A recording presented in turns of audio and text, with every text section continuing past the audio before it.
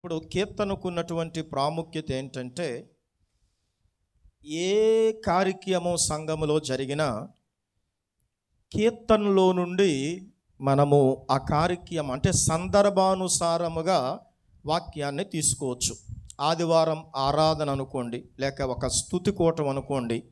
103వ కీర్తన మీ అందరికీ తెలుసు, చాలా కీర్తనలు ఉన్నాయి. అందులో 103వ కీర్తన ఆధారంగా స్తుతించడానికి ఆ కీర్తన పనికొస్తుంది. ఒక ప్రధాన కార్యక్రమం అనుకోండి, ప్రధానమవుతుంది అనుకోండి, 45వ కీర్తన ప్రధానానికి ఎంతో ఉపయోగకరంగా ఉంటుంది. ఒకవేళ ఒక కుటుంబం కట్టబడాలనుకోండి, కుటుంబం కొరకు మనం చెప్పాలి అనుకుంటే 128వ కీర్తన ఎంతో చక్కగా ఉపయోగపడుతుంది. ఒకవేళ మీకు ఎప్పుడైనా భయం కలుగుతుంది అనుకోండి, 23వ కీర్తన చదివితే మీలో ఉన్న భయం పోతుంది. అలాగే మీకు ఏదైనా అంటే ఒక రీసెర్చ్ జరిగింది, కరోనా కాలంలో ఎక్కువ మంది ఏ కీర్తన చదివారు అంటే 91వ కీర్తన చదివారట. ప్రపంచవ్యాప్తంగా కరోనా టైంలో ఎక్కువ మంది ఏ కీర్తన చదివారు అని ఆన్లైన్లో ఒక సర్వే చేస్తే 91వ కీర్తన చదివారట. ఏ టైంలో? కరోనా టైంలో. కాబట్టి మీకు ఏదైనా ఒకవేళ అంటే ఏ సందర్భమైనా మరి సహోదరుల ఐక్యత కోసం, సేవకుల మీటింగులో ఐక్యత కోసం 133వ కీర్తన తీసుకోవచ్చు. ఏ కీర్తన చెప్పండి? 133వ కీర్తన. కాబట్టి కొంతమంది ఏమంటారంటే, మీరు మెయిన్ లైన్ చర్చెస్ కానీ కొన్ని చర్చిలకు వెళ్తే దావీదు కీర్తనలు అంటారు. దావీదు కీర్తనలు అని. ఎప్పుడూ కూడా అన్ని కీర్తనలు కూడా దావీదు రాయలేదు. ఒక 4-5 సంవత్సరాల ముందు మీకు నేను చెప్పాను ఏ కీర్తనలు ఎవరు రాశారు అని. 100 కీర్తనలు ఎవరు రాశారో బైబిల్లో ఉంది. 50 కీర్తనలు, ఆ 51 కీర్తన ఎవరు రాశారో బైబిల్లో, 50 కీర్తనలు ఎవరు రాశారో బైబిల్లో లేదు. 100 కీర్తనలు ఎవరు రాశారో బైబిల్లో ఉంది. సొలొమోను 2 కీర్తనలు రాశాడు. మోషే 1 కీర్తన రాశాడు. ఏతాను 1 కీర్తన రాశాడు. దావీదు 73 కీర్తనలు రాశాడు. ఆసాపు 12 కీర్తనలు రాశాడు. కోరహు కుమారులు 11 కీర్తనలు రాశారు. అవన్నీ కలిపితే 100 కీర్తనలు అవుతాయి. ఎన్ని కీర్తనలు? తక్కినవి ఎవరు రాశారో తెలియదు. కానీ బైబిల్ పండితులు ఏమంటారు అంటే, ఇప్పుడు 100వ కీర్తన దావీదు రాశాడు అనుకోండి, 100వ కీర్తన, తక్కిన కీర్తనలు కూడా దావీదే రాసి ఉండొచ్చు. అంటే 100వ కీర్తన రాస్తే 101 కూడా దావీదే రాసి ఉండొచ్చు. ఒకవేళ ఏతాను రాస్తే అది 101 ఆయన రాసి ఉండొచ్చు. అంటే ఒక కీర్తన పేరుండి ఆ పక్క కీర్తన మీద పేరు లేకపోతే ఆ ముందు రాసినటువంటి రచయిత ద్వారా దేవుడు రాసి ఉండొచ్చు అన్న ఒక అభిప్రాయం బైబిల్ పండితుల్లో ఉంది. కాబట్టి బైబిల్ ఎప్పుడైనా కీర్తనలు చదివినప్పుడు చాలామంది సేవకులు చేస్తున్న పొరపాటు ఏంటంటే, 33వ అధ్యాయము కీర్తనలు తెరవండి అంటారు. ఎప్పుడూ కూడా కీర్తనలు చెప్పినప్పుడు అధ్యాయము అని చెప్పకూడదు. కీర్తన అంటే పాట అని అర్థం. కీర్తన అంటే ఏమర్థం? కాబట్టి ఎవరైనా సరే 34వ అధ్యాయము కీర్తనలు తెరవండి అంటే వాళ్ళకి బైబిల్ సరిగ్గా రాదు అని అర్థం. ఎప్పుడూ కూడా కీర్తనలకి అధ్యాయం అనకూడదు. ఇప్పుడు మనం సియోను పాటల పుస్తకం నుండి, సియోను గీతంలో నుంచి 34వ అధ్యాయం పాట పాడదామంటామా? ఏమంటాం? 34వ పాట అంటే ఏమని పిలవాలి? 34వ కీర్తన మనము తెరిచి చదువుకుందాం, లేకపోతే 100వ కీర్తన తెరవద్దాం అనాలి. 100వ అధ్యాయము, 101వ అధ్యాయము, 110వ అధ్యాయము అని కీర్తనలకు పిలవకూడదు. దేనికి పిలవకూడదు? కీర్తనలకు పిలవకూడదు. ఎందుకంటే అవి కీర్తనలు. అవేంటి చెప్పండి? కీర్తనలు. ఇంకా రూలుగా మాట్లాడాలి అంటే అది కొంచెం కష్టము కనుక ఆ మాట మనం ఉపయోగించము. ఇంకా రూలుగా మాట్లాడాలంటే ఆ 3వ మాట అని కూడా అనకూడదు. చరణము అనాలి. ఏమనాలి అంటే పాటకి ఏముంటుంది? పల్లవి ఉంటుంది. పాటకి ఏముంటుంది? చరణాలు ఉంటాయి. అయితే చరణము అవన్నీ అనడం కొంచెం కష్టం కనుక మనం 34వ కీర్తన 3వ మాట, 34వ కీర్తన 5వ మాట అని చదివేస్తూ ఉంటాం మనం. కాబట్టి కీర్తనలకు అధ్యాయము అని అనకూడదు. కీర్తనలకు ఏమనకూడదు? అధ్యాయము అని అనకూడదు. జీవితంలో ప్రతి అనుభవానికి చాలా దగ్గరగా ఉండేది ఏంటంటే ఈ కీర్తనలు. చాలా దగ్గరగా ఉండేది ఏంటి చెప్పండి? కీర్తనలు. జీవితంలో నుండి పుట్టిన పాటకు ఆదరణ ఎక్కువ ఉంటుంది. జీవితంలో నుండి పుట్టిన పాటకు ఏముంటుంది? అనుభవములో నుండి పుట్టినటువంటి పాటకు విలువ ఎక్కువ ఉంటుంది. ఈ విషయం గుర్తుపెట్టుకోండి. జీవితంలో నుండి పుట్టినటువంటి పాటకు ఆదరణ ఎక్కువ ఉంటుంది. అనుభవములో నుండి పుట్టినటువంటి పాటకు విలువ ఎక్కువ ఉంటుంది. జి జాన్ గారు అని ఒక గొప్ప దైవ సేవకులు ఉండేవారు. జి జాన్ గారు అని మీలో చాలామంది ఆయన పేరు వినే ఉంటారు. బక్సింగ్ గారు సేవలో మంచి సేవ చేసి తర్వాత అమెరికాకు వెళ్ళిపోయి అక్కడ కూడా మంచి సేవ ఆయన చేశారు. వాళ్ళ అన్నగారు మన దగ్గరికి అప్పుడప్పుడు మన ఇంటికి వస్తూ ఉండేవారు. వాళ్ళ అన్నగారు పిల్లలు కూడా అప్పుడప్పుడు మన దగ్గరికి వస్తూ ఉండేవారు. చాలా మంచి సేవకుడు ఆయన. ఆయన ఒకసారి ఏం చేశారు అంటే క్యాంపు వెళ్ళాడు. ఆయన అద్దింట్లో ఉండేవారు. ఊరు వెళ్ళారు. 3 రోజులు ఎవరో మీటింగ్కి పిలిస్తే ఆ ఇంటి తాళం వేసుకుని ఊరు వెళ్ళిపోయారు. ఊరు వెళ్ళాక ఈలోపు ఒక 4 మనుషులు వచ్చి, ఏమండి జాన్ గారి ఇల్లు ఇదేనా అని అడిగారు. అవునండి ఇదే అని ఇంటి ఓనరు పక్క నుండి చెప్పాడు. జాన్ గారు అర్జెంటుగా ఇల్లు మారిపోతున్నారండి, సామాన్లు తీసుకొచ్చామన్నారు. ఆ రోజుల్లో ఫోన్లు ఏమీ లేవు. ల్యాండ్ ఫోన్ కూడా చాలా రేర్గా ఉండేది. తెచ్చేయమన్నారు. లారీ పంపించారు. అంటే తీసుకెళ్ళిపోండి, చాలా మంచి వ్యక్తి కాబట్టి తర్వాత ఏదైనా ఉంటే చూసుకోవచ్చు అని తీసుకెళ్ళిపోమన్నారు. తీసుకెళ్ళిపోయారు. 3 రోజుల తర్వాత 4వ రోజు జి జాన్ గారు వచ్చారు. వచ్చి ఇంటికి ఆ తాళం తీస్తే ఏమీ లేదు అక్కడ, ఇల్లంతా ఖాళీగా ఉంది. అప్పుడు ఓనర్ గారికి అడిగారు, సార్ మరి ఇల్లంతా ఖాళీగా ఉంది, ఏం జరిగింది సార్? వేసిన తాళాలు వేసినట్టుగా ఉన్నాయంటే, అదేంటి సార్ మీరే కదా లారీ ఇచ్చి 4 పంపించారు, మీరేదో ఇల్లు మారిపోతున్నారట, పెద్ద ఇల్లు ఏదో చూసుకున్నారట, అక్కడికి వెళ్ళిపోయారని చెబితే సామాన్లన్నీ తీసుకెళ్ళిపోమన్నాం, లారీలో వచ్చి పట్టుకెళ్ళిపోయారు అన్నారు. ఇది చేసింది ఎవరంటే దొంగలు. అప్పుడు ఆయన ఏం చేయాలో తెలియదు. పక్కింటి ఆయనకు ఒక కుర్చీ అడిగి ప్రార్థన చేసుకుని ఒక పాట రాశాడు. కరుణించి తిరిగి సమకూర్చు ప్రభువా, క్షమాపణ నిన్ను వేడుచున్నానని. ఈరోజు కూడా ఆ పాట భక్తులందరూ పాడుతున్నారు. అంటే అనుభవంలో నుంచి, ప్రభువా కరుణించి తిరిగి సమకూర్చు ప్రభువా, క్షమాపణ నిన్ను వేడుచున్నానన్న పాట ఆ సందర్భంలో రాసింది. అంటే జీవితంలో నుండి రాసిన పాటలకి విలువ ఎక్కువ ఉంటుంది. జీవితంలో రాసిన ఇప్పుడు పాటలు ఎలా ఉన్నాయంటే ప్రేమించవే, తర్వాత కరుణించవే. మరి ఎవరికి అంటున్నాడో మనకు అర్థం కాదు. ప్రేమించవే అని మగోడికి అంటారా, ఆడదానికి అంటారా? చెప్పండి. ఆడదానికి అంటారు. మరి ఇప్పుడు ఆ పాటలేమో కోట్ల మంది చూస్తున్నారు. ఆ పాటలు మొన్న ఎక్కడో మనోళ్ళు కూడా పాడుతున్నారు, ప్రేమించవే అని. అయితే పాడింది ఆడపిల్లలు కనుక ఏం అనలేదు నేను. అర్థమైందో తెలియదు, అర్థం కాలేదో తెలియదు. అర్థం పద్ధం లేని పాటలు అవి. ఎవరైనా మీరు వాళ్ళ ఫ్యాన్స్ కానీ ఏసీలు కానీ ఉంటే ఏమనుకోకండి. అంటే కొంతమందికి ఫ్యాన్స్ ఉంటారు, ఏసీలు కూడా ఉంటారు కొంతమందికి. వాళ్ళకంటే వీళ్ళకి బాధగా ఎందుకో పొడుచుకొస్తుంటుంది వీళ్ళకి. ఏంటి ఆ పాట? ప్రేమించవే, కరుణించవే, కాపాడవే. అంటే దేవతకు ప్రార్థన చేస్తున్నాడా, దేవునికా? అంటే అర్థం లేదు, పద్ధం లేదు, రాసేయడమే. అంటే ఒక పాట అనుభవములో నుంచి రావాలి, ఒక పాట జీవితంలో నుంచి రావాలి. దేంట్లో నుంచి రావాలి చెప్పండి? ఇది దేంట్లో నుంచి రావాలి? జీవితంలో నుంచి రావాలి. అంటే కొంతమంది కాలేజీ కుర్రోలు ఎలా ఉపయోగించుకుంటున్నారంటే కొన్ని దేవుని పాటల్ని,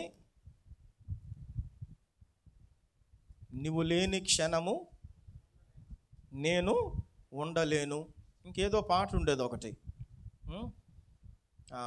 ఆ పాట పాడుతూ ఉంటే అమ్మాయి కోసం పాడుతున్నాడో నిజంగా పాడుతున్నాడో మనకు తెలియదు అన్నమాట.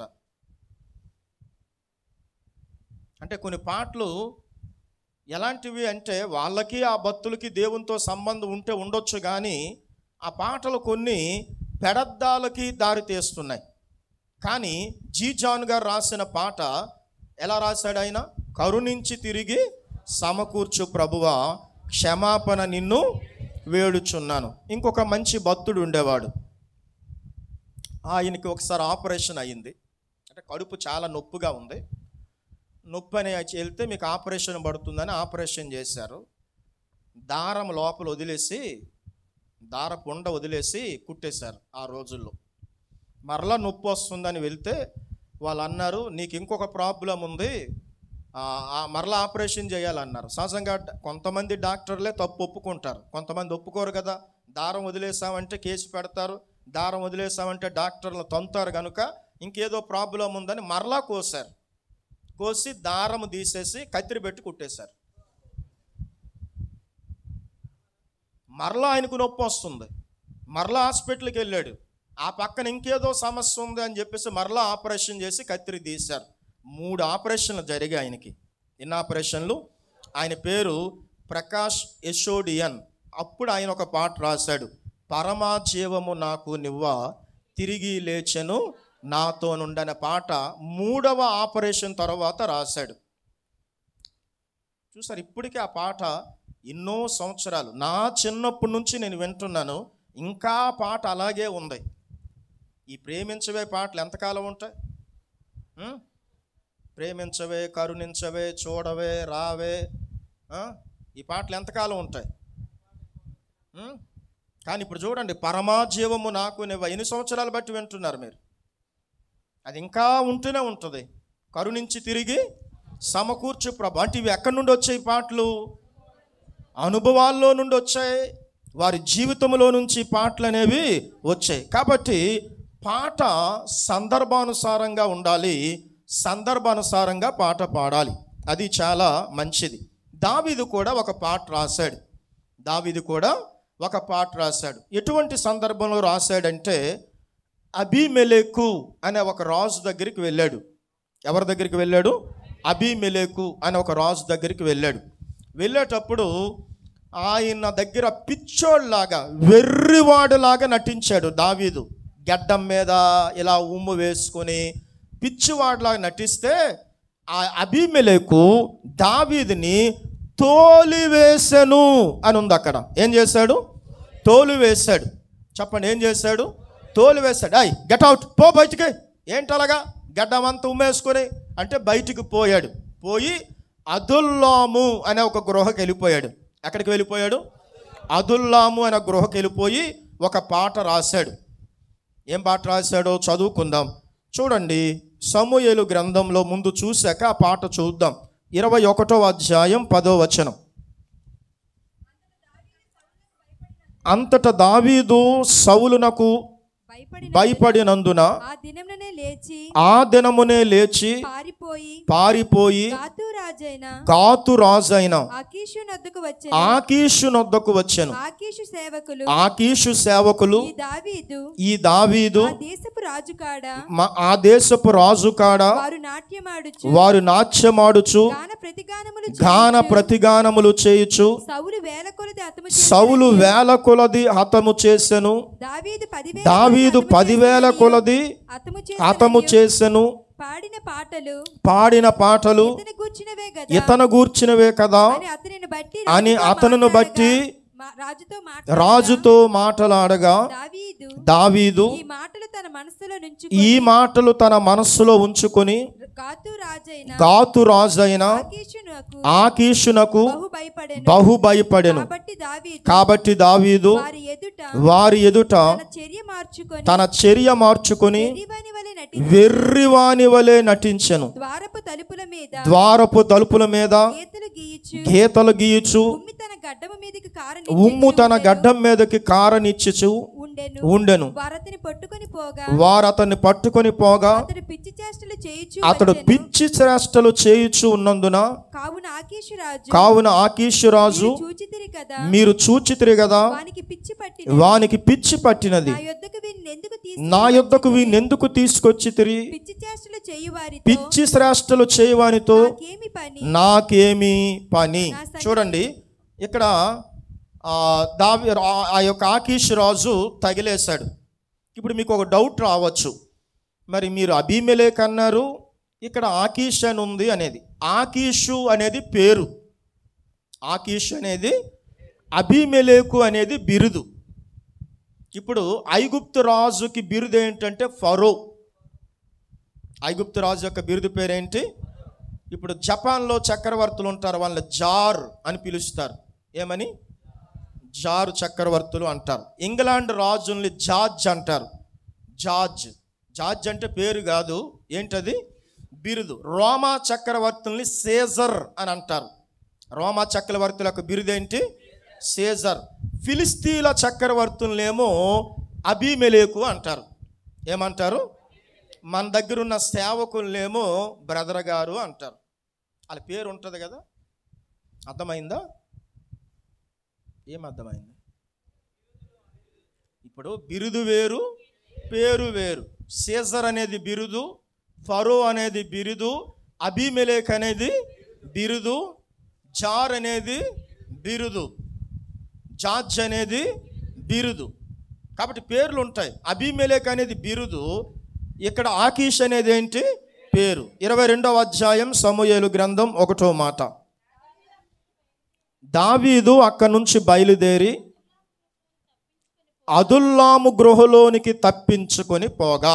ఎక్కడికి తప్పించుకొని వెళ్ళిపోయాడు అంటే ప్రాణభీతితో తన ప్రాణాన్ని రక్షించుకోవాలి అని ఏం చేయాలో అర్థం కాక సొంత మామే తరుముతూ ఉంటుంటే, సొంత మామే ప్రాణం తీయాలి అంటుంటే ఏం చేయాలో అర్థం కాక ఉపకారము చేసిన మామే అపకారం చేస్తూ ఉంటే, ఉపకారము చేసిన వాళ్ళే అపకారము చేయడానికి తరుముతూ ఉంటే, ఇటెల్లలో తెలియక ఆ శత్రు దేశం వెళ్తే వాళ్ళు కూడా తగిలేస్తే ఒక గృహలోకి దూరి ఆ గృహలో ప్రాణభీతితో ప్రాణ భయముతో అరచేతిలో ప్రాణం పెట్టుకొని పాట రాయడం ప్రారంభించాడు. ఆ పాట 34వ పాట.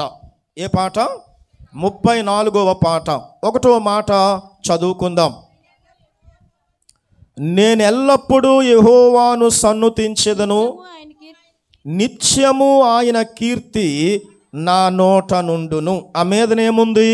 దావీదు అబీమెలెకు ఎదుట వెర్రివాని వలె ప్రవర్తించి అతని చేత తోలివేయబడిన తరువాత రచించిన కీర్తన. ఎప్పుడు రచించాడు ఈ కీర్తన? ప్రాణభయముతో ఉన్నప్పుడు, పారిపోయినప్పుడు, దిక్కులేనప్పుడు, ప్రాణభయముతో ఉన్నప్పుడు, ప్రాణాలు అరచేతిలో పెట్టుకుని ఉన్నప్పుడు, రేపేం జరుగుతుందో తెలియనప్పుడు, దారి లేనప్పుడు, దరి లేనప్పుడు, సమస్యల్లో ఉన్నప్పుడు, బాధలో ఉన్నప్పుడు, భయముతో ఉన్నప్పుడు, ఎందుకు దేవా నాకు ఇలా చేశావు, నేనే అన్యాయము చేశాను, ఏ యొక్క అపకారం మీకు చేశాను, మిమ్మల్ని నమ్ముకుంటే ఇన్ని బాధలు పెడతారా, అభిషేకం చేయమని మీకు చెప్పానా, అభిషేకింపబడిన తర్వాత ఇన్ని సమస్యలు ఎందుకు ప్రభువా అని అనలేదు. అనకుండా నేనెల్లప్పుడూ యెహోవాను సన్నుతించెదను, నిత్యము ఆయన కీర్తి నా నోట నుండును. ఎంత అద్భుతమైన పాట! చావు బ్రతుకుల్లో ఉన్నా నేను దేవుణ్ణి ఆరాధన చేస్తాను, చచ్చిపోతున్నా నా దేవుణ్ణి కీర్తిస్తాను, మరణ అపాయములో ఉన్నా నా దేవుణ్ణి నేను మహిమపరుస్తాను. నా దేవుడు ఎలాంటి పరిస్థితుల్లో నడిపించినా ఆయన దేవుడే, ఆయన గొప్పవాడే. ఆయన్నెప్పుడూ కూడా నేను తక్కువగా చూడను, ఆయన్నెప్పుడూ కూడా తక్కువగా నేను చెయ్యను, ఆయన చాలా గొప్పవాడు అని నేనెల్లప్పుడూ యెహోవాను కీర్తించెదను అన్నాడు. దీనికి ఈ 34వ కీర్తనకి హతసాక్షుల కీర్తన అని పేరు కూడా ఉంది. ఏమనేవారు? అంటే దేవుని నమ్ముకున్న వాళ్ళని భయంకరంగా చంపేసేవారు. చంపేసినప్పుడు ఈ పాట వాళ్ళు పాడుతూ చచ్చిపోయేవారట. ఆ యొక్క మొదటి శతాబ్దంలో, క్రీస్తు శకం మొదటి శతాబ్దంలో శ్రమల కాలములో అంటే మనుషుల్ని భయంకరంగా క్రైస్తవుల్ని చంపేశారు. ఒక ఇత్తడితో ఒక పెద్ద ఎద్దు లాంటి ఒక బొమ్మ చేసి, ఆ యొక్క బొమ్మకి అంటే ఇలాగ పెట్టిలాగా చేసి అందులో మనిషిని పెట్టి తాళం వేసేసి కిందన మంట పెట్టేవారట. ఆ లోపల మనిషి తందూరి చికెన్ ఎలాగైతే ఉడుకుతుందో అలా ఉడికిపోయి కళ్ళు పేలిపోయి చచ్చిపోయేవాడట, వేడిని భరించలేక. అప్పుడు నేనెల్లప్పుడూ యెహోవాను సన్నుతించెదన్, నిత్యము ఆయన కీర్తి నా నోట నుండున్ అనే పాట పాడుతూ చచ్చిపోయేవారట వాళ్ళు. హతసాక్షుల కీర్తన అంటారు దీన్ని. ఏ కీర్తన అంటారు? హతసాక్షుల కీర్తన. మనం యోబు భక్తుడు కూడా ఇలాగే ఆరాధన చేశాడు. నేను ఎల్లప్పుడూ యెహోవాను అంటే ఏమన్నాడు? యెహోవా ఇచ్చెను, యెహోవా తీసుకొని అన్నాడు.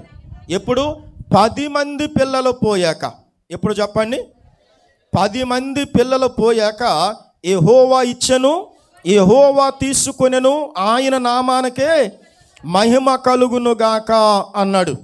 స్టార్ట్లో అంటే ఒక ఆయన 2 పిల్లలు ఒక ఆయనకి. ఆయన పెద్ద బాబు చచ్చిపోయాడు. చచ్చిపోతే దేవుణ్ణి ఇలా ప్రశ్నించాడట, ప్రభువా మీ సేవ నేను చేస్తున్నాను కదా, నిస్వార్థంగా మీ సేవ చేస్తున్నాను కదా, మరి మా బాబుని తీసుకెళ్ళి ఇంత గుండు కోత నాకు ఎందుకు ఉంచావు, ఇంత కన్నీరు ఎందుకు ఉంచావు, ఇంత బాధ నాకు ఎందుకు ఉంచావు, ఇంత భయాన్ని ఎందుకు ఉంచావు, నేను మనిషిని కాలేకపోతున్నానే అని ఏడుస్తూ ప్రార్థన చేస్తే దేవుని స్వరం ఆయనకి వినబడిందట. నీకు 2 పిల్లలు, చిన్నోడు ఇంకా బ్రతికే ఉన్నాడు, పెద్దోడు చచ్చిపోతే నువ్వు అంత అల్లాడిపోతున్నావు, నాకు ఒకే ఒక్క కొడుకు, ఆ ఒక్క కొడుకుని మీకోసం నేను బలిచ్చేశాను, నేనెంత అల్లాడిపోయి ఉండాలి అన్న ఒకలాంటి స్వరం వినబడితే, అవును కదా ప్రభువా, మీ ఒకే ఒక్క కుమారుణ్ణి నా కోసం బలిచ్చారే అని అప్పుడు ఆయన ధైర్యం తెచ్చుకొని గొప్ప సేవ చేశాడట. అంటే భక్తులందరూ ఇలాంటి భయంకరమైన పరిస్థితుల్లో ఈ యొక్క పాటను పాడుతూ ఉండేవారు. ఒకసారి ఒక రాజు గారు యుద్ధానికి వెళ్ళారు. మంత్రి, రాజు, సైనికులు యుద్ధానికి వెళ్ళారు. మంత్రి, రాజు, సైనికులు చాలా లోపలికి యుద్ధానికి వెళ్ళారు. ఈలోపు రాజుగారు ఒక జింకను కొడదామని చెప్పి బాణాన్ని ఇలా గట్టిగా లాగాడు. ఆ లాగుతున్నప్పుడు ఏమైందంటే పొరపాటున బాణం ఆయన గుచ్చుకుంది. చర్మం ఇలా ఒక ముక్క ఊడింది, రక్తం కారిపోతుంది. ఈ మంత్రి మంచి విశ్వాసంట, ఇది జరిగిందే, చాలా మంచి విశ్వాసంట. ఇది స్కాట్లాండ్ అనే దేశంలో జరిగింది. ఆయన ప్రైజ్ ద లార్డ్ అన్నాడట. రక్తం గారుతూ ఉంటే ముక్క ఎగిరిపోతే రాజుగారికి మంత్రి ఏమన్నాడు? అందరూ చెప్పండి, ప్రైజ్ ద లార్డ్ అన్నాడట. రాజుకి ఒళ్ళు మండిందంట, నా చెయ్యి ముక్క ఎగిరిపోయింది, రక్తం బలబలా కారిపోతుంది, ప్రైజ్ ద లార్డ్ అంటాడేంటి, ఈయన తీసుకెళ్ళి అక్కడెక్కడైనా పెద్ద గుమ్ము ఉంటే ఆ గుమ్ములో దించండి అన్నాడట. ప్రైజ్ ద లార్డ్ అన్నాడట మంత్రి. ఏమన్నాడు? సైనికులేమో తీసుకువెళ్ళారు మంత్రిని. రాజు దగ్గర ఎవరు లేరు. ఈలోపు కొంతమంది ఆదివాసీలు అంటే వాళ్ళు నరమాంస భక్షకులు, వాళ్ళు వచ్చి రాజును పట్టుకుని వెళ్ళిపోయారు. వాళ్ళు బలిస్తారంట, నరబలి. కాబట్టి ఒక చెట్టు కట్టేశారు. ఇతను ఎంత చెప్తున్నా వాళ్ళు వదలలేదు. ఈలోపేమో వాళ్ళ పూజారు వచ్చాడు. వచ్చి అతన్ని పసుపు అంతా రాసినప్పుడు ఒక చేతికి ముక్క లేదు. అప్పుడు అతను చెప్పాడంట, ఇతని చేతికి ఒక ముక్క లేదు కాబట్టి ఈయన బలికి పనికిరాడు, మన దేవతకి శ్రేష్టమైనది ఇవ్వాలి, ఇతను వదిలేయండి అని. కాబట్టి ఇతను వదిలేశారు. ఇతను వచ్చాడు. ఈలోపు సైనికులేమో రాజును వెతుకుతున్నారు. సైనికుల దగ్గరికి వచ్చినప్పటికీ మంత్రి ఎక్కడున్నాడు అంటే, మీరే కదా అలా పెద్ద గుమ్ములో దించమన్నారు, దించామంటే అర్జెంటుగా మంత్రి గారిని తీసుకురండి అన్నారట. మంత్రి గారిని తీసుకొచ్చారు. తీసుకురాగానే ప్రైజ్ ద లార్డ్ అన్నాడట మంత్రి. ఏమన్నాడు? ప్రైజ్ ద లార్డ్ అన్నాడట. అనగానే ఇదేంటి, నీ గుమ్ములో వేశాను కదా, అయినా ప్రైజ్ ద లార్డ్ అంటున్నావేంటి, ఇప్పుడు నాకేమైందో తెలుసా, నన్నేమో ఆదివాసీలు తీసుకెళ్ళిపోయారు, బలిచ్చేవలసింది అంటే ప్రైజ్ ద లార్డ్ అన్నాడట. మరలా ఏమన్నాడు ఆయన? అదేంటి నన్ను బలిచ్చేయమంటే ప్రైజ్ ద లార్డ్ అంటున్నావు, నిన్ను గుమ్ములో వేసేస్తే ప్రైజ్ ద లార్డ్ అన్నావు, ఏమైందో తెలుసా, నాకు ఈ చేతి ముక్క లేదు కనుక వాళ్ళు వదిలేశారు, లేకపోతే నేను చచ్చిపోయి ఉండేవాడిని అంటే మరలా ప్రైజ్ ద లార్డ్ అన్నాడట. ఏమన్నాడు? ఎందుకు అలా మాటి మాటికి మీరు ప్రైజ్ ద లార్డ్ అంటున్నారు అంటే అప్పుడు అన్నాడట, అయ్యా ఇప్పుడు నన్ను కానీ మీరు గుమ్ములో వేయకపోతే మిమ్మల్ని నన్ను తీసుకుని వెళ్ళేవారు, అప్పుడు మీరు పనికిరారు కనుక నన్ను వాళ్ళు ఏమిచ్చేవారు? బలి ఇచ్చేవారు. కాబట్టి మీకు చేతి వేలు తెగిపోయినప్పుడు ప్రైజ్ ద లార్డ్ అన్నాను, నన్ను గుమ్ములో వేసినప్పుడు ప్రైజ్ ద లార్డ్ అన్నాను, ఇప్పుడు నన్ను మీరు బయటకు తీసినా ప్రైజ్ ద లార్డ్ అన్నాను. ఎందుకంటే మీకు అలా మేలు జరిగింది, నాకు ఎలా మేలు జరిగింది, ప్రైజ్ ద లార్డ్ అంటే రాజు కూడా ప్రైజ్ ద లార్డ్ అన్నాడట. ఏమన్నాడు? మీలో చాలామంది చెప్పట్లేదు. బయట ఉన్న వాళ్ళు గట్టిగా చెప్పండి అందరూ. ప్రైజ్ ద లార్డ్ అంటే పక్కన్న వాళ్ళు నిద్ర ఎగిరిపోవాలి, అలా చెప్పాలి. చెప్పండి అందరూ. కాబట్టి నేను ఎల్లప్పుడూ యెహోవాను సన్నుతించెదను, నిత్యము ఆయన కీర్తి నా నోట నుండును అని దేవుని యొక్క వాక్యంలో మనం చూస్తూ ఉన్నాం. కాబట్టి ఇప్పుడు మనం దేవుణ్ణి ఎలాంటి పరిస్థితులైనా సరే దేవుణ్ణి ఏం చేయాలి? మనం ఆరాధన చేయాలి. మూడో మాట, నాతో కూడి యెహోవాను గణపరచుడి, మనము ఏకముగా కూడి ఆయన నామమును గొప్ప చేయుదము. చూడండి, ఇక్కడ నాతో కూడి యెహోవాను గణపరచుడి, 3 మాటలు కనబడుతూ ఉన్నాయి. ఎన్ని మాటలు? ఏంటా 3 మాటలు? నాతో కూడి, నాతో కూడి యెహోవాను మనము ఏకముగా కూడి ఆయన నామమును గొప్ప చేయుదము. అంటే ఒకటి నా అనే మాట కనబడుతుంది, అంటే నేను గణపరుస్తాను. మీరు కూడా యెహోవాను గణపరచండి, మనము కూడా యెహోవాను ఏం చేయాలి? గణపరచాలి. అంటే మనం నా అనే మాట గుర్తుపెట్టుకోండి, నేను గణపరుస్తాను, మనమందరము కూడి దేవుణ్ణి ఏం చేయాలి? గణపరచాలి అని దేవుని వాక్యంలో మనం అందరము దేవుణ్ణి గణపరచాలి. కొంతమంది ఎప్పుడు పాటలు పాడతారు చెప్పండి? సంతోషముగా ఉన్నప్పుడు. చెప్పండి అమ్మ మీరు. కరెక్టే, బైబిల్లో ఉన్న వాక్యమే చెప్పారు.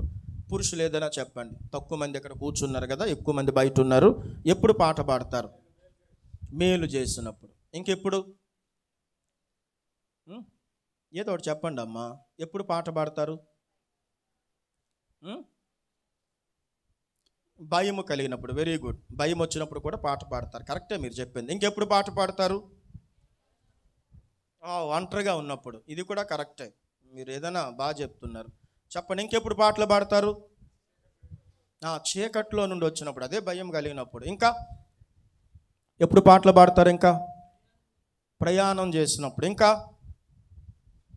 కొంతమంది ఎప్పుడు పాటలు పాడతారంటే మీలా కూర్చున్నప్పుడు పాట పాడరు, మైక్ ఉంటేనే పాటలు పాడతారు. వాళ్ళకి మైక్ ఇవ్వాలి. మైక్ లేకపోతే నోరు మూసుకొని అమ్మా పాడండి బాబు, పాడండి, దేవుణ్ణి స్తుతించండి, నోరు విప్పండి, నోరు తెరవండి, అందరూ కలిసి పాడండి అని అంతవరకు వాక్యం చెప్పి అలిసిపోయి సేవకుడు పాట పాడుతున్నా పప్పులాగా ఏం చేస్తాను, ఇలాగా చూస్తా. మైక్ ఇచ్చేస్తే వాళ్ళకి మైకేశ్వరుడు పూనుకుంటాడు, అప్పుడు పాట పాడతారు. మైక్ లేకపోతే నోరు విప్పరు కొంతమంది.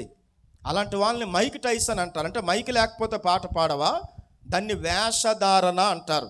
మైక్ ఉన్నా పాట పాడాలి, నిలబడినా పాట పాడాలి, కూర్చున్నా ఏం చేయాలి?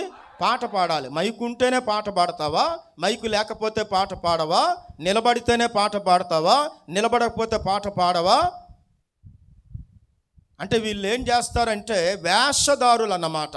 మైకు ఉన్నా ఒకేలాగా పాట పాడాలి, మైకు లేకపోయినా ఒకేలాగా పాట పాడాలి. కాబట్టి మనమందరం ఎవరిని గణపరచాలి? అందుకే దేవుడు మనల్ని పుట్టించాడు. ఎందుకు మనల్ని పుట్టించాడు? ఆ మాట చదవండి ఎవరైనా తీసిన వాళ్ళు. ఈ మాట కాకుండా అసలు మనల్ని ఎందుకు పుట్టించే యెషయా గ్రంథంలో ఉంటుంది చూడండి. తన మహిమ నిమిత్తము అనే మాట ఉంటుంది. ఎవరైనా తీసిన వాళ్ళు చూపే. ఎంత? 43:7. నా మహిమ నిమిత్తము నేను సృజించిన వారిని.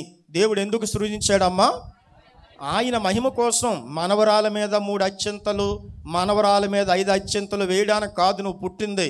నువ్వు దేవుణ్ణి మహిమపరచాలి. నీ మాట ద్వారా, నీ చూపు ద్వారా, నీ నడక ద్వారా దేవుణ్ణి మహిమపరచడానికి దేవుడు నిన్ను పుట్టించాడు.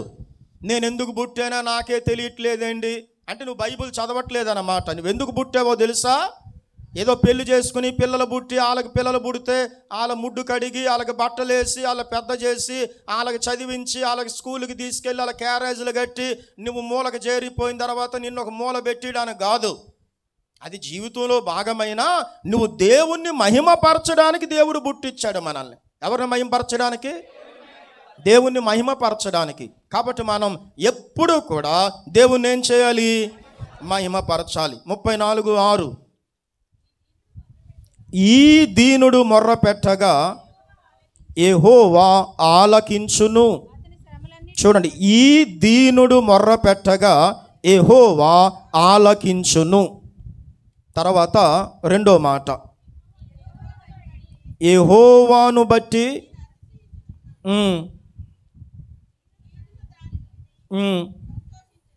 19వ మాట,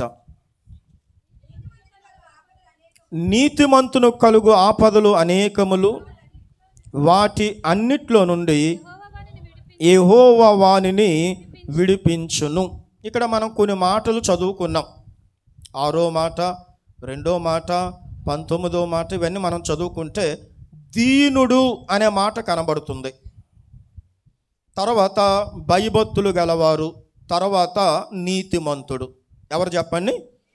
నీతిమంతుడు. అంటే ఇప్పుడు మనం ఎలా ఉండాలి అంటే దీనులముగా ఉండాలి. ఎలా ఉండాలి? మనం దీనులముగా ఉండాలి.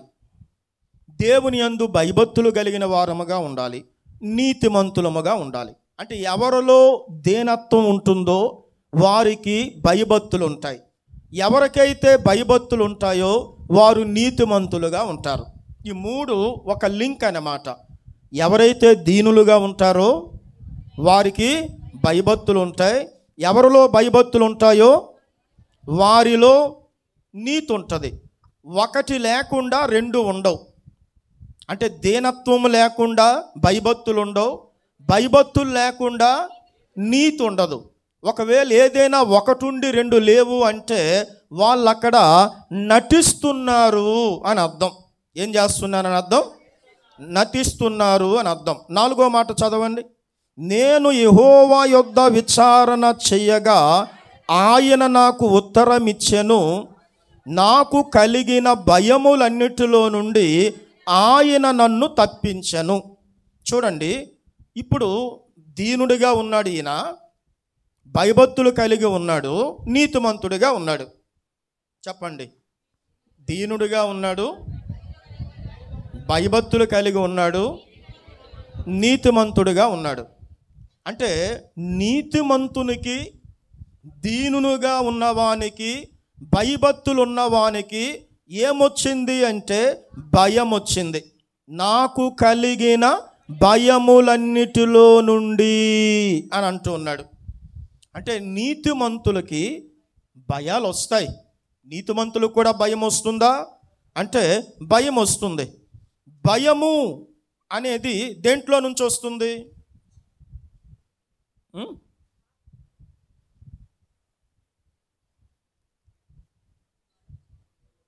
భయం అనేది దేంట్లో నుంచి వస్తుంది? చెప్పండి.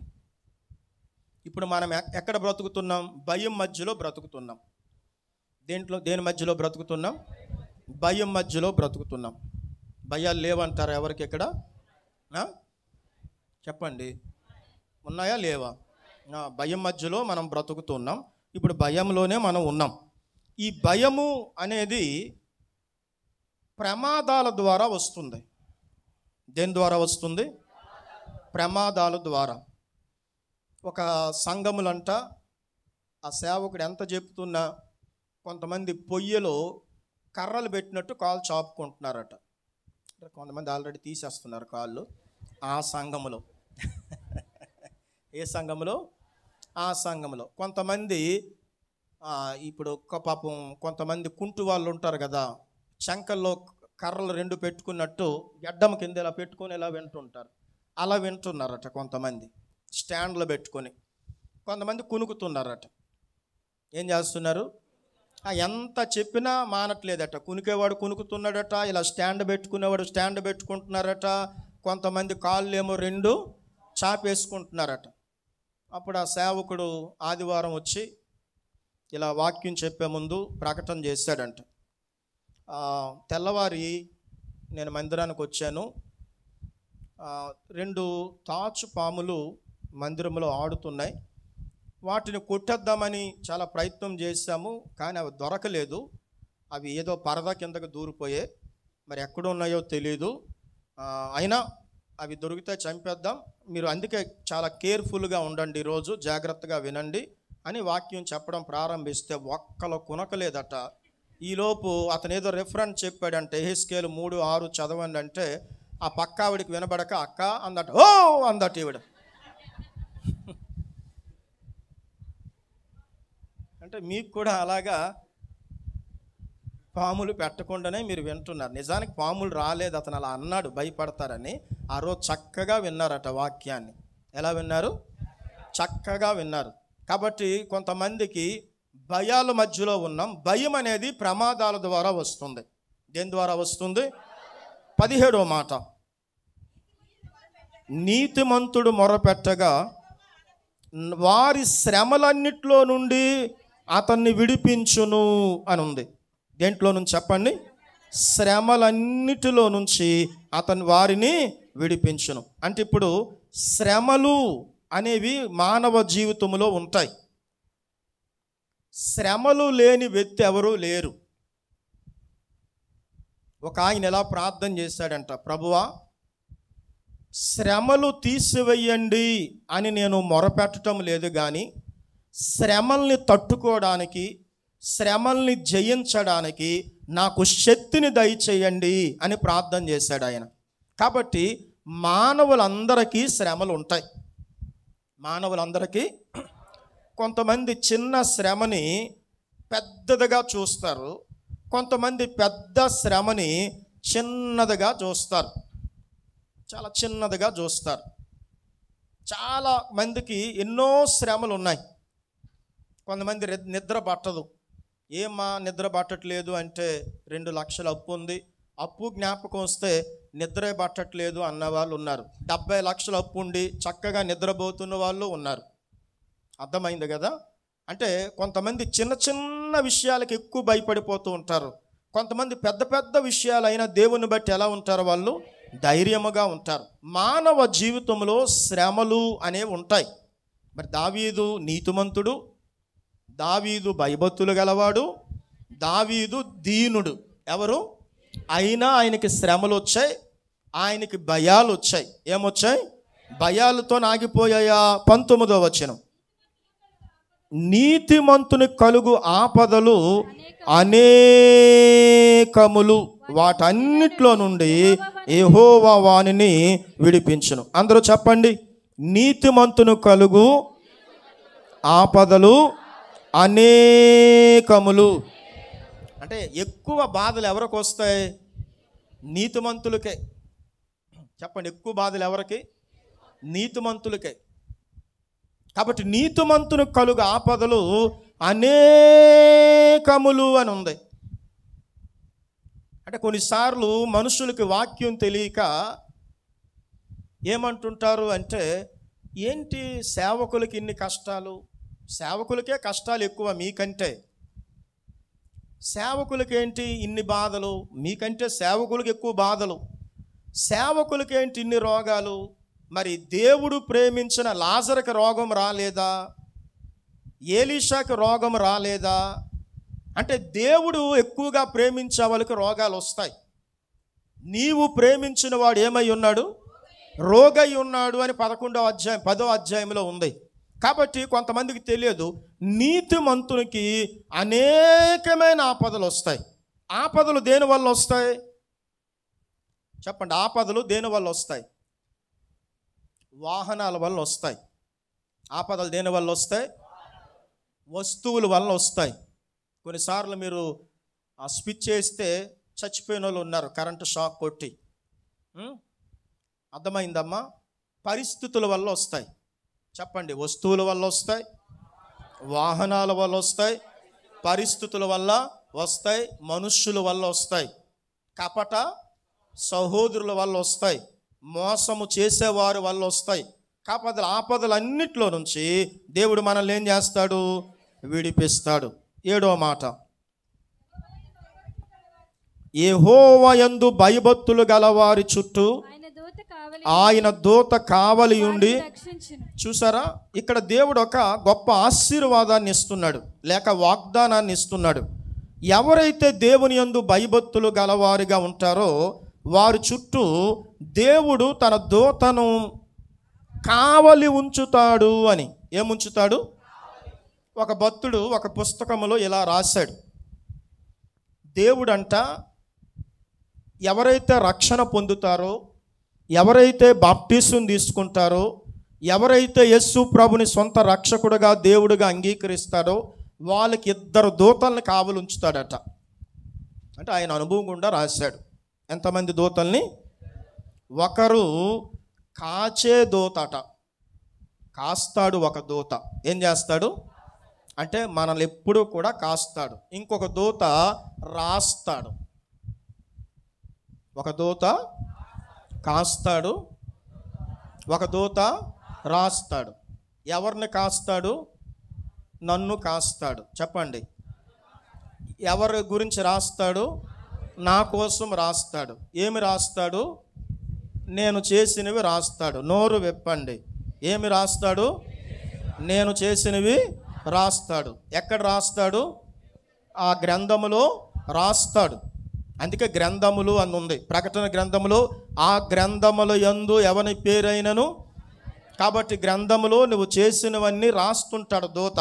అంటే ఇప్పుడు కాచే దూతకు పని ఎక్కువ, రాసే దూతకు పని ఎక్కువ? ఆ వెనకున్న ఆడవాళ్ళు చెప్పండి, ఆ సైడ్ ఉన్న వాళ్ళు. రాచే దూతకు పని ఎక్కువ, కాసే దూతకు పని ఎక్కువ? కాచే దూతకి. మీరు? రాసే దూతకు పని ఎక్కువ, ఎందుకంటే చేసిన పెద్ద పనులు కదా. అందుకే రాసే దూతకే పని ఎక్కువ. కాసే దూతకు పెద్ద పని లేదు. అది ఆయన ఎప్పుడు ఉంటే ఆయన భద్రంగా ఉంటాడు. కాబట్టి ప్రమాదాలన్నీ తప్పిపోతుంటే మనకు తెలియక ఈరోజు ఒక్క నిమిషంలో ప్రమాదం తప్పిపోయింది, లేకపోతే నా ఫోటోకి దండేసే వాళ్ళు ఒక్క నిమిషంలో తప్పిపోయింది అంటాం. ఎలా తప్పిపోయిందంటే కాచే దూత కాపాడాడు. మనం చేసే పనికి మాలిన పనులన్నీ ఏం చేస్తున్నాడు? రాస్తూ ఉంటాడు.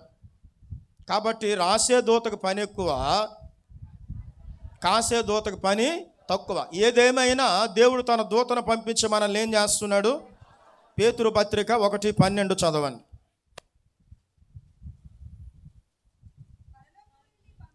పరలోకము నుండి పంపబడిన పరిశుద్ధాత్మ వలన మీకు సువార్త ప్రకటించిన వారి ద్వారా మీకు ఇప్పుడు తెలుపబడిన ఈ సంగతులను విషయమై తమ కొరకు కాదు గాని మీ కొరకే తాము పరిచర్య చేసిన సంగతి వారికి బయలుపరచబడెను. దేవదూతలు ఈ కార్యమును తొంగి చూడగోరుచున్నారు. మన కొరకు పరిచర్య జరుగుతుంది, దేవదూతలు ఏం చేస్తున్నారు? తొంగి చూస్తున్నారు. మత్తయి 18:10 వారి దూతలు అని ఉంది అక్కడ. చూడండి, వారి దూతలు. ఎవరి దూతలు అంటే చిన్న బిడ్డల్లాంటి మనస్తత్వము గలవారి చుట్టూ కూడా దేవుడు దూతలను కావలుంచుతాడు. కాబట్టి 34:6 ఇలా ఉంది, తన యందు భయభక్తులు గలవారి చుట్టూ ఆయన దూత కావలి ఉండి వారిని. కాబట్టి భయము ప్లస్ భక్తి ఉంటే ఆయన దేవదూత మనల్ని ఏం చేస్తాడు? కావలుంచుతాడు. అంటే దేవునికి భక్తులు ఎక్కువ, భయభక్తులు గలవారు ఎక్కువ? భక్తులే ఎక్కువ. ఎందుకంటే చాలామందికి భయము లేదు. ఏమి లేదు? భయము లేదు. భక్తి అయితే ఉంది కానీ ఏమి లేదు. కానీ దేవునికి భయభక్తులు గలవారు కావాలి. 34వ కీర్తన 9వ మాట, యెహోవా భక్తులారా ఆయన యందు భయభక్తులు ఉంచుడి, ఆయన యందు భయభక్తులు ఉంచువానికి ఏమీయూ కొదువు లేదు. చూడండి, ఆయన యందు భయభక్తులు ఉంచితే ఏమీ కొదువు లేదు అని ఉంది. ఏమి కొదువు లేదు? ఏమీ కొదువు లేదు. 31:19 నీ యందు భయభక్తులు గలవారి నిమిత్తము నీవు దాచి ఉంచిన మేలు ఎంతో గొప్పది. నీ యందు భయభక్తులు గలవారి నిమిత్తము నీవు దాచి ఉంచిన మేలు ఎంతో గొప్పది. ఒకసారి తెల్లవారి 7:30 ఇలా అవుతుంది. నాన్నగారు ఏం చెప్పారంటే, మందిరంలో ఉన్న కార్పెట్స్ అన్నీ తీసుకొని దత్తివలస వెళ్ళు అన్నారు. నేను వచ్చేస్తాను, నువ్వు ముందు పోదా అన్నారు. అప్పుడు ఈ బయట వేశారు కార్పెట్, చూడండి చాలా లావుగా ఉంటాయి అవి, ఉతకడానికి కూడా అవ్వదు, ఎండబెట్టేసి దులపడమే. ఈ బయట వేశారు, ఇప్పుడు చాలా లావుగా ఉంటాయి. అప్పుడు బుధవారము 12 వరకు ప్రార్థన అయ్యేది పార్వతీపురంలో. ఎంతవరకు అమ్మా? 12 వరకు ప్రార్థన అయ్యేది. 12, 12:30 అంటే సినిమా హాల్ అక్కడ వదిలితే ఇక్కడ మందిరం వదిలేవారు. ఇటు నుంచి దేవుని మందిరంకి వచ్చిన వాళ్ళు, అటు నుండి సినిమాకి వచ్చిన వాళ్ళు ఎదురెదురు పడేవారు. అంతవరకు అయ్యేది. పాత విశ్వాసులు పార్వతీపురంలో ఉన్న వాళ్ళకి తెలుస్తుంది అది. ప్రేమేల అమ్మగారు, ఆ తర్వాత లేల అమ్మగారు, అలాగే మన అప్పల నరసమ్మ గారు, ఇంకా చాలామంది పాత విశ్వాసులు అందరూ అప్పుడు నాన్నగారు ఎవరైనా తోడిచ్చి పంపించేవారు. అయితే ఈ పిల్లలు అంటే ఇక్కడ ఉన్న పిల్లలు, ఇప్పుడు ఉన్న పిల్లలందరూ ఇప్పుడున్న యవనస్తులు అప్పుడు పిల్లలు అన్నమాట, చిన్న పిల్లలు. గౌర్నాయుడు వీళ్ళందరూ చిన్న పిల్లలు. కాబట్టి 12 అంటే ఈ పిల్లలు ఏం చేసేవారు? పడుకుని పోయేవారు. పడుకుని పోయిన వాళ్ళు పడుకుని పోయేవారా? చాలామంది దాని మీదే పాసు పోసేవారు. పిల్లలు కదా, వాళ్ళు దాని మీద కంపు అన్నమాట. అవి ఎప్పుడు ఎండబెడుతూ ఉండేవాళ్ళం, లక్షవారం అంతా ఇప్పుడు అవి తీసుకుని వెళ్ళమన్నారు.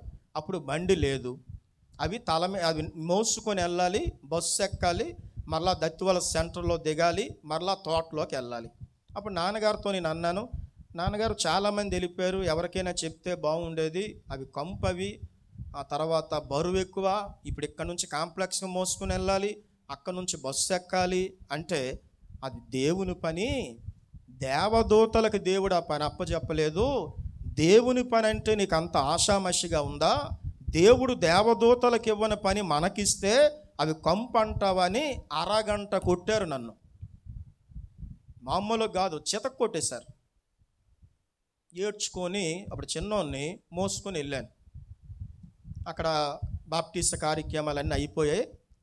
అట్నుండి వచ్చాక బయలుదేరు, టౌన్ వెళ్దాం అన్నారు. మరి నాన్నగారి దగ్గర మాట్లాడడానికి లేదు కదా, బయలుదేరాను. తిన్నగా ఒక షూ షాప్కి తీసుకువెళ్ళారు. నీకే షూ కావాలో ఎంచుకో అన్నారు.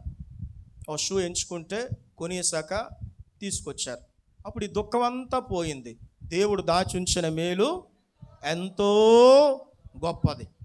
అంటే కొన్నిసార్లు మనకు తెలియదు, దేవుడు కొడుతూ ఉంటే లేకపోతే ఏదైనా బాధలు వస్తుంటే ఏదో బాధపడుతుంటాం, కానీ ఆ వెనుక దేవుడు ఏం దాచి ఉంచుతాడు? మేలు దాచి ఉంచుతాడు. కాబట్టి దేవుడు తన యందు భయభక్తులు గలవారి నిమిత్తం దాచి ఉంచిన మేలు ఎంతో గొప్పది. గొప్ప మేలు దేవుడు ఏం చేస్తాడు? దాచి ఉంచుతాడు. తర్వాత 34:4 నేను యెహోవా యొద్ద విచారణ చేయగా ఆయన నాకు ఉత్తరం ఇచ్చాను. అంటే ఇప్పుడు మనం ఏం చేయాలి? భయభక్తులు గలవారు ఏం చేస్తారు? దీనులు ఏం చేస్తారు? నీతిమంతులు ఏం చేస్తారు అంటే వారు విచారణ చేస్తారు. సమూయేలు గ్రంథం 30వ అధ్యాయంలో దావీదు యెహోవా యొద్ద విచారణ చేశాను అని ఉంది. చదవండి ఆ మాట. పిమ్మట దావీదు ఏఫోదు తెమ్మని యాజకుడగు అహీమెలెకు కుమారుడైన అబ్యాతారుతో చెప్పగా అబ్యాతారు ఏఫోదును దావీదు నొద్దకు తీసుకొని వచ్చెను. నేను ఈ దండును తరిమిన ఎడల దానిని కలుసుకొందును అని యెహోవా యొద్ద దావీదు విచారణ నీ వెళ్ళు కలుసుకుంటావు అని దేవుడు చెప్పాడు. అంటే మనం దేవుని దగ్గర ప్రభువా ఈ పని చేయమంటావా చేయొద్దంటావా, ఊరు వెళ్ళమంటావా వెళ్ళొద్దంటావా, వ్యాపారం చేయమంటావా చేయొద్దంటావా, ఈ వారంలో ఉడుపులు మొదలు పెట్టమంటావా వద్దంటావా, ఈ వ్యాపారం కొనసాగించమంటావా వద్దంటావా అని మనం దేవుని దగ్గర ప్రతి దానికి విచారణ చేయాలి. విచారణను ఇంగ్లీష్లో ఎంక్వైరీ అంటారు. అంటే దేవుని దగ్గర ఏం చేయాలి? మనం విచారణ చేయాలి, తెలుసుకోవాలి, అడగాలి. ఆయన దగ్గర ఏం చేయాలి? మనం తెలుసుకోవాలి. 34:5 వారు ఆయన తట్టు చూడగా వారికి వెలుగు కలిగను. ఏ మనిషి దుక్కు చూసినా ప్రతి మనిషిలో ఏదో ఒక తప్పు ఉంటుంది. ప్రపంచంలో ఎవరు కూడా పర్ఫెక్ట్ కాదు. చెప్పండి, ప్రపంచంలో ఎవరు కూడా ఏదో ఒక లోపం ఉండొచ్చు. కోపం ఉండొచ్చు, లేకపోతే అసూయ ఉండొచ్చు, ద్వేషం ఉండొచ్చు, పిసినారితనం ఉండొచ్చు. ప్రపంచంలో ఎవరు కూడా పాపం లేని వారు లేరు. ఏదో ఒకటి, అది చిన్నదో పెద్దదో, ప్రార్థన చేయకపోవడమో ఏదో ఒకటి ఉంటుంది. కాబట్టి మనం ఎప్పుడు ఎవరి వైపు చూడాలి? దేవుని వైపు. అదే మాట హెబ్రీయులకు రాసిన పత్రికలో కూడా విశ్వాసమునకు కర్త దాన్ని కొనసాగించువాడైన యేసు వైపు చూచుచూ అని ఉంది. అంటే మనం ఎవరి వైపు చూడాలి? మరి ఎవరి వైపు చూస్తున్నారు? మనుషుల వైపా, దేవుని వైపా? ఏంటమ్మా వీళ్ళు ఎలాంటి వాళ్ళు, మందిరానికి వచ్చిన వాళ్ళు ఏంటి ఎలాంటి వాళ్ళు? మనుషుల దుక్కు చూడకండి, దేవుని దుక్కు చూడండి. మనుషులందరూ మంచోళ్ళు కాదు. అసూయ పరులు ఉంటారు, ద్వేషముతో ఉన్నవాళ్ళు ఉంటారు, మత్సరముతో ఉన్నవాళ్ళు ఉంటారు, కపటముతో ఉన్నవాళ్ళు ఉంటారు, భయంకరమైన పాపాలు చేసిన వాళ్ళు ఉంటారు. కాబట్టి మనం దేవుని వైపు చూడాలి. 34:10 సింహ పిల్లలు లేమి గలవై ఆకలి గొనును, యెహోవాను ఆశ్రయించు వారికి ఏ మేలు కొదువై ఉండదు. ఏ మేలు ఆశ్రయించడము అంటే ఏంటి? ఆనుకోవడం. చెప్పండి, ఆశ్రయించడం అంటే ఏంటి? ఆనుకోవడం అంటే ఏంటి? ఆధారపడ్డం. ఆధారపడ్డం అంటే ఏంటి?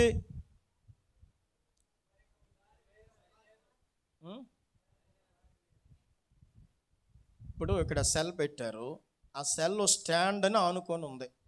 ఇప్పుడు నేను చెయ్యి పెట్టాను దీని మీద, నా చెయ్యి పోడియం అని ఆనుకొని ఉంది. ఆ బాక్స్ ఆ స్టాండ్ అని ఆనుకొని ఉంది. మీరు భూమి మీద ఆనుకొని ఉన్నారు, ఆ బయట ఉన్న వాళ్ళు కుర్చీ మీద ఆనుకొని ఉన్నారు. దేని మీద? అలా మనము దేవుని మీద ఏం చేయాలి? ఆనుకొని ఉంటే ఏ మేలు కూడా మనకేమవ్వదు, కొదువై ఉండదు. కాబట్టి మన ప్రార్థనలకు జవాబు రావాలంటే ఇప్పుడు దావీదు చేసినట్టు మనం చేయాలి. ఎల్లప్పుడూ దేవుని స్తుతించాలి, నిత్యము ఆయన కీర్తించాలి, నీతిమంతులుగా ఉండాలి, దీనులుగా ఉండాలి, భయభక్తులు గలవారిగా ఉండాలి. తర్వాత ఆయన యొద్ద విచారణ చేయాలి, ఆయన తట్టు చూడాలి, ఆయన్ని ఆనుకోవాలి. అప్పుడు మనము దావీదు దీవించబడినట్టు, దావీదు ఆపదలన్నింటిలో నుంచి తప్పించబడినట్టు మనము కూడా ఏం చేయబడతాం? తప్పించబడతాం. దేవుడి మాటలు మన వినికిల్లో దీవించునుగాక. ప్రార్థన చేసుకుందాం, మోకరించండి.